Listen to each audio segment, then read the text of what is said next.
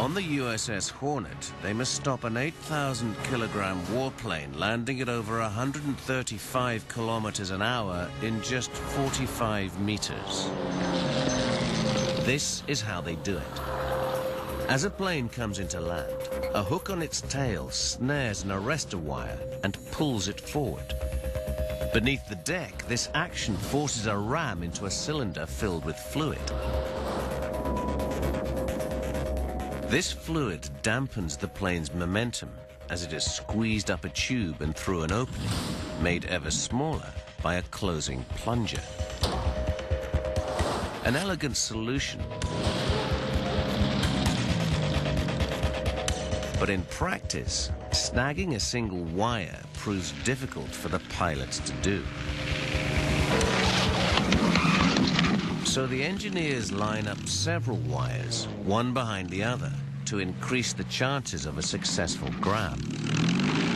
But even this doesn't guarantee success. My hook's down, ready to catch the wire. And there's no mistaking it. When you catch wire, it's a lot like a mild car crash. It throws you forward in the straps, and you definitely know that airplane's going to stop.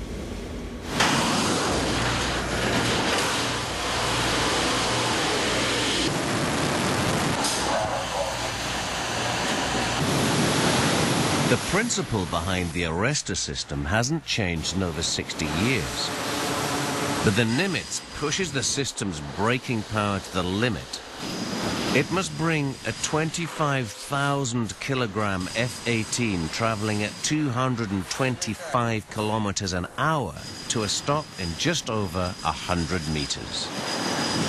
About the length of a football pitch. But even with 4 wires to target, the pilots sometimes miss altogether and must go round again. They call this doing a bolter. A bolter is when you've got your hook down with an intention to land and the jet doesn't stop. To help perfect their skills, senior pilots stand at the stern, passing judgment on each landing.